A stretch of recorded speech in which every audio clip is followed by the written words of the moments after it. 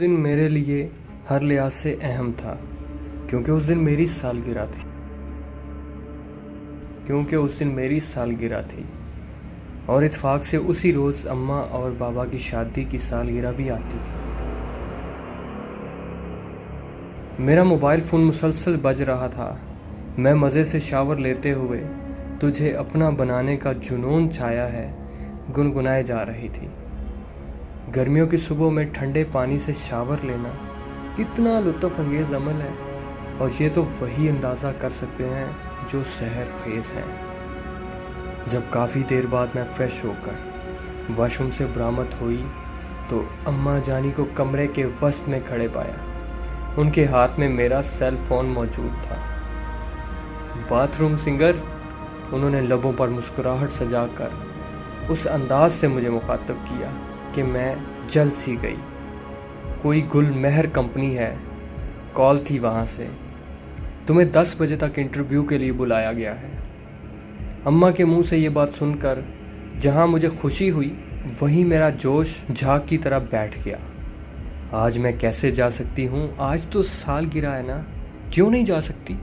सालगिरह प्रोग्राम तो बाद में है, ये सबसे ज़रूरी काम है आज का, इसलिए तुम्हारे लिए सबसे पहली तरजीह यही होना चाहिए। मगर अम्मा, मैंने एहतजाज करना चाहा तो उन्होंने मुझे खामोश कर दिया। बस फिर क्या था, जल्दी से नाश्ता करके इंटरव्यू के लिए निकलते ही बनी।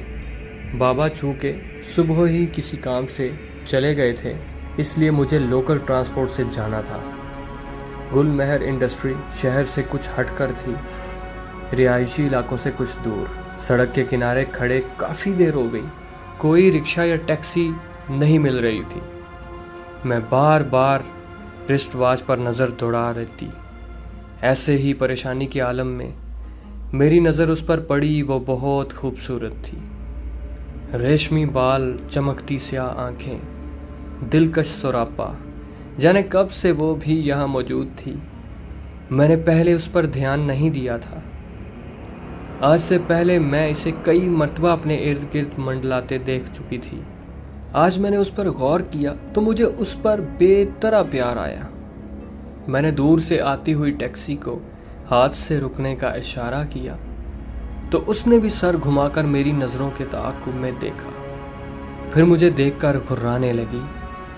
बिल्ली के इस तरह घुर्राने से मुझे खौफ सा महसूस हुआ, क्योंकि मैं उस वक़्त बिल्कुल ही सुनसान सड़क पर खड़ी थी, जहां कुछ देर पहले एक रिक्शे वाले ने रिक्शा में खराबी पैदा हो जाने के बायस मुझे उतार दिया था। टैक्सी जूं-जूं नज़दीक आती गई, मैं उसे रुकने का इशारा करती रही। अब कि उसने बहुत अजीब हरकत की, वो मुसलसल गुर्राते हुए मेरे पैरों से लिपट गई। क्या मुसीबत है, मैं बुड़बड़ाई। टैक्सी रुक चुकी थी, वो मेरे पैरों से लिपटी हुर्रा रही थी कि मैंने ना चाहते हुए भी उसको एक पैर पर उठाकर किसी फुटबॉल की तरह उछाल दिया। वो काफ़ी दूर जा गिरी और मैंने ये देखने के लिए बिल्कुल भी क़याम न किया और ये भी नहीं सोचा कि उसको कहीं ज़्यादा चोट न लग गई हो। जल्दी से टैक्सी का दरवाज़ा खोलकर उसमें बराजमान हो गई। ड्राइवर ने झट से गाड़ी आगे बढ़ा दी। सड़क पर रवां-दवां टैक्सी तेज़ी से आगे बढ़ी थी कि सामने सुनसान सड़क पर मुझे वही काली प्यारी सी बिल्ली दिखाई दी। वो तेज़ी से भागती गाड़ी की तरफ आ रही थी। भाई साहब, गाड़ी रोको, मैंने घबरा कर कहा, मगर ड्राइवर ने शायद मेरी बात सुनी न थी। भाई साहब, गाड़ी रोको, अब कि मैंने चिल्ला कर कहा। लेकिन उससे पहले कि गाड़ी रुकती, बिल्ली गाड़ी के आगे आ चुकी थी। मियाऊं मियाऊं की ज़ोरदार आवाज़ के साथ वो अगले हिस्से से टकराई और फिर उछलकर विंड स्क्रीन से टकरा गई। उसके बाद फिसल कर सड़क पर जो गिरी तो गाड़ी के अगले टायर ने उसको कुचल कर रख दिया। कड़ाच की आवाज़ आई थी। मैंने चलती गाड़ी की खिड़की से बाहर सर निकाल कर देखा। उसका लहू और गोश्त के टुकड़े सड़क पर फैल गए थे। लहू के कुछ छींटे उड़कर ونڈ اسکرین پر بھی پڑے تھے۔ میں بدحواسی میں چیخ پڑی تو گاڑی ایک جھٹکے سے رک گئی۔ مجھے اس کے کچلے جانے کا بہت دکھ ہو رہا تھا۔ وہ بہت معصوم اور پیاری تھی۔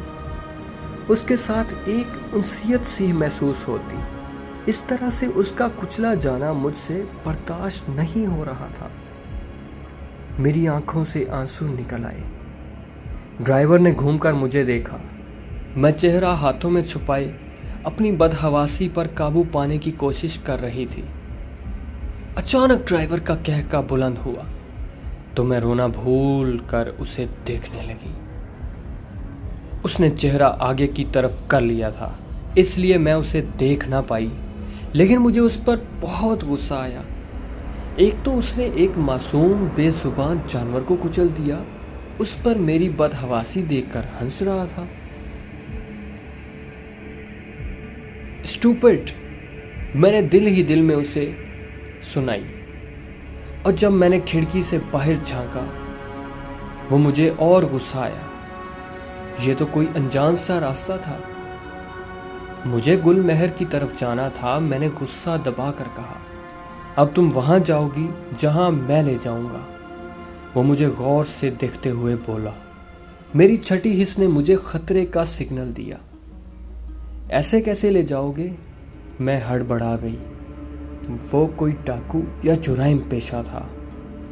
تمہیں مجھ سے کچھ نہ ملے گا، میرے پاس کوئی بھی قیمتی چیز نہیں ہے، تم چیک کر سکتے ہو۔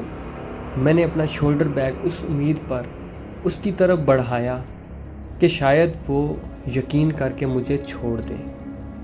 وہ فلک شگاف کہہ کے لگانے لگا، مجھے چیزیں درکار نہیں، مجھے تو تمہاری ضرورت ہے۔ میرے حلق سے پھنسی آواز نکلی، میری ضرورت؟ اب مجھے یقین ہو چلا تھا کہ میری عزت خطرے میں ہے۔ کیا میں چلتی گاڑی سے چھلانگ لگا دوں؟ میں نے خود سے یہ سوال کیا ہی تھا کہ وہ بول پڑا، آرام سے بیٹھی رہو۔ تم کون ہو؟ میں نے تھوک نکل کر اس سے پوچھا۔ تم نے پہچانا نہیں مجھے؟ یہ کہہ کر اس نے گردن پیچھے کی طرف موڑی۔ میں اسے پہچاننے کی کوشش کرنے لگی۔